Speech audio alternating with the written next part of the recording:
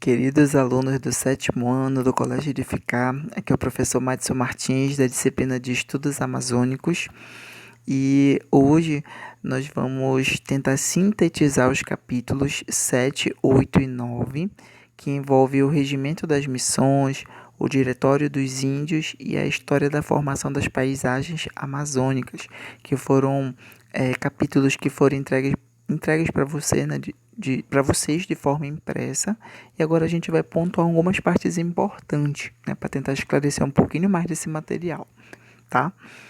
Então, dentro desse capítulo que fala do regimento das missões, a gente tem que os missionários eles eram responsáveis pelo ensinamento da religião católica aos indígenas. Isso também era muito importante para a conquista portuguesa, pois para os europeus a religião seria a forma de ensinar aos indígenas a civilização, ou seja, os valores e o modo de vida europeu. Lembrando que para eles, né, esses povos que viviam aqui eles não eram civilizados, porque eles não tinham uma vestimenta adequada, não tinham os costumes, né, que os europeus tinham, né, falando aí dos hábitos, principalmente os alimentares, né, e de vestimenta, e também eles acreditavam que eles não tinham representatividade política, né, então esse é um primeiro ponto. Mesmo sendo importantes para a conquista, os missionários, principalmente os jesuítas, foram expulsos algumas vezes de São Luís e de Belém. Eles conseguiram, no entanto, retornar várias vezes, pois a metrópole ainda necessitava do trabalho dos missionários para a manutenção do território e o ensinamento da religião católica. E aí, quando os indígenas eles iam para os aldeamentos, né, quando eles faziam um processo de descimento, quando eles vinham das áreas mais isoladas para esses aldeamentos, lá eles aprendiam a cantar, a rezar, a esculpir imagens de santo, né? Então eles aprendiam ali a religião católica em si. Então, e aí eles aprendiam também o como conversar. Então os missionários eles tinham um papel muito importante nesse processo aí. Um dos retornos dos jesuítas se deu em 1686. Nesse ano foi publicado um conjunto de medidas chamado Regimento das Missões. As regras do Regimento das Missões devolviam às ordens religiosas o controle sobre a mão de obra indígena. Lembrando aí que os indígenas eles foram uma mão de obra muito utilizada, principalmente quando os europeus queriam conhecer e saber onde estavam aqueles produtos que tinham um valor econômico no mercado internacional, e que a gente sabe muito bem quais eram, né? Aqueles produtos retirados diretamente da floresta. Nessa época, os jesuítas eles voltaram a ser os responsáveis pela organização e pela administração dos aldeamentos. Uma das medidas que incomodou os colonos foi a proibição de morar nos aldeamentos. Para os religiosos, essa era uma regra importante, pois impediria que os colonos se aproveitassem da mão de obra indígena. Então, o regimento das missões, ele determinava também que os indígenas descidos deveriam passar pelo menos 2 anos nos aldeamentos, sob controle dos missionários, antes de serem distribuídos.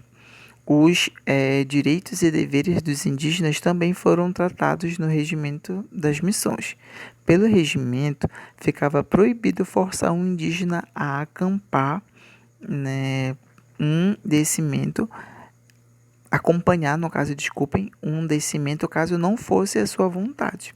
Além disso, o regimento previa que o indígena aldeado teria liberdade, direito à propriedade e o seu trabalho seria remunerado. Então, voltando a falar aí desse descimento, é porque alguns índios viviam, né, ou então quando eles fugiam, eles iam para áreas isoladas, geralmente onde os europeus não conheciam. Então, quando eles eram capturados, quando eles passavam pelo processo de convencimento, eles faziam um processo de descimento, quando eles saíam dessas áreas mais distantes para os aldeamentos. Então, nesse regimento das missões ficou claro que ficou proibido, né, forçar o indígena a acompanhar um descimento, caso não fosse a sua vontade. Isso é um ponto importante de falar. E aí a gente chega no Diretório dos Índios, né, que os missionários na Amazônia eram os responsáveis pelos aldeamentos indígenas. A metrópole portuguesa manteve esses religiosos na colônia por mais de um século. Isso ocorreu porque durante muito tempo ela precisou do trabalho das ordens religiosas para efetivar a ocupação do território. Mas, por volta de 1750, o posicionamento da metrópole em relação aos missionários mudou. Não, uma dessas razões está associada ao Tratado de Madrid. Esse tratado ele foi assinado pelos reis de Portugal e da Espanha, onde as novas fronteiras entre as colônias portuguesa e espanhola na América seriam definidas pela ocupação de cidadãos portugueses, né? Portugal, que havia conseguido expandir seu território para oeste e para norte, precisava provar que ocupava a região para ter direito a ela. Contudo, os cidadãos portugueses estavam concentrados nos centros urbanos. Assim sendo, a solução foi transformar os indígenas em cidadãos portugueses. Lembrando que nesse período era muito importante a efetivação no sentido de ocupar o território, né, para não perder justamente para outras nações que estavam chegando ali e que estavam cobiçando a região. Então, uma das medidas da metrópole foi retirar o controle dos aldeamentos dos missionários. Isso não significava que a cristianização deixou de ser importante. Ela, no entanto, não era mais o único meio de civilizar o indígena. A metrópole portuguesa, nessa época, criou outras estratégias para inserir o indígena na sociedade colonial. Entre elas, o casamento interético, a educação e o trabalho. Essas medidas foram regulamentadas e ampliadas com o Diretório dos Índios em vigor entre 1757 e 1798. O Diretório dos Índios ele foi uma lei colonial que concedia liberdade aos indígenas e previa que eles vivessem em espaços administrados por suas próprias lideranças. Essa lei transformava os indígenas em vassalos do rei de Portugal. A partir desse momento, eles deveriam obedecer ao monarca e não mais aos missionários. A partir do diretório, os indígenas foram considerados cidadãos portugueses com os mesmos direitos dos colonos. Poderiam ser donos de terras, empregados remunerados e se inserir na hierarquia militar, né? Então, os colonos eles temiam que a liberdade dos indígenas resultasse em escassez ainda maior de trabalhadores. Para resolver os conflitos, a metrópole criou a Companhia Geral de Comércio do Grão-Pará e Maranhão, com o objetivo de abastecer a colônia do norte com africanos escravizados. E aí muda o contexto, né, que é para suprir uma necessidade tanto de mão de obra como de escoamento de produção. E aí foi nesse período que começou a chegar a mão de obra escrava africana, tá bom? E dentro do outro capítulo, que é a história da formação das paisagens, a gente tem que entender primeiro o que seria a paisagem e destacar alguns aspectos naturais. Então, a paisagem ela é um conjunto que expressa o resultado da relação entre elementos naturais, como a floresta, os rios e os animais e atividades humanas. Dessa relação resulta paisagem urbana ou a paisagem agrícola. E aqui a gente tem duas imagens que mostram essa relação, né?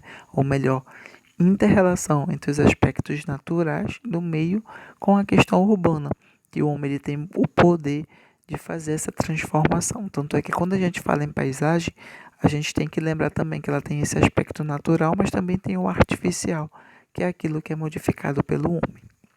Então, quando falamos de Amazônia, temos uma grande diversidade de paisagens que resultaram de processos que se iniciaram no passado e no decorrer dos anos foram modificados. Por isso, a paisagem é sempre uma herança, como disse o geógrafo brasileiro Aziz Abissab, seja do ponto de vista da natureza, seja do ponto de vista da sociedade. Então, a Amazônia, pelo seu tamanho e extensão, constitui uma importante área dentro da zona tropical do planeta Terra. Tanto ao norte quanto ao sul da região amazônica, há um conjunto de relevo bastante antigo chamado de escudos cristalinos, que delimita a área rebaixada que forma a bacia sedimentar amazônica. Lembrando que quando eu falo dessa área sedimentar, eu estou falando de uma área em que existem duas áreas de pico, ou seja, duas áreas maiores, em detrimento de uma outra que está mais abaixo. E essa área ela recebe sedimentos, que seria tudo aquilo que cai das vertentes mais altas, né, que seriam folhas dos galhos, né, areia, silt, argila, o que for. Né? Ali há um processo de sedimentação, né? A junção desses vários sedimentos em camadas. Então, a bacia sedimentar amazônica é uma depressão preenchida com detritos, no caso, sedimentos, carregados das áreas que estão em volta. Esses detritos formam camadas ou estratos. A bacia sedimentar pode coincidir com a bacia hidrográfica, mas esta última pode ser mais extensa, quando seus rios drenam outros terrenos além da área sedimentar. No passado, quando a América do Sul ainda estava ligada à África, essa depressão era coberta pelo mar, formando um grande golfo onde as águas corriam para o Oceano Pacífico. Né? Muitos sedimentos marinhos foram depositados na bacia amazônica durante a Era Paleozoica. Na regressão marinha ocorrida no período Carbonífero ou Carbônico e durante a Era Mesozoica, as terras ficaram imersas e os rios iniciaram o processo de drenagem em direção ao Pacífico. Né? E aí a gente consegue ver a influência que essas modificações no relevo têm quando a gente fala principalmente do caimento das águas, porque um rio, como a gente bem já viu, ele nasce das áreas mais altas e corre para as partes mais baixas, ou seja, ele vai desembocar em algum oceano, geralmente em oceano, mas pode ser rio, um outro rio, um lago, né, onde há recursos hídricos. E a formação das bacias sedimentares, né, que a gente sabe que são essas áreas que são mais elevadas e, né, que tem um fundo, que são as áreas mais rebaixadas. E é aí que vai ter essa deposição de sedimentos, tá? E aí a gente finaliza com essas informações. Qualquer dúvida eu estou disponível. E no próximo vídeo ou nas próximas apostilas a gente continua com mais assuntos diferenciados. Até a próxima.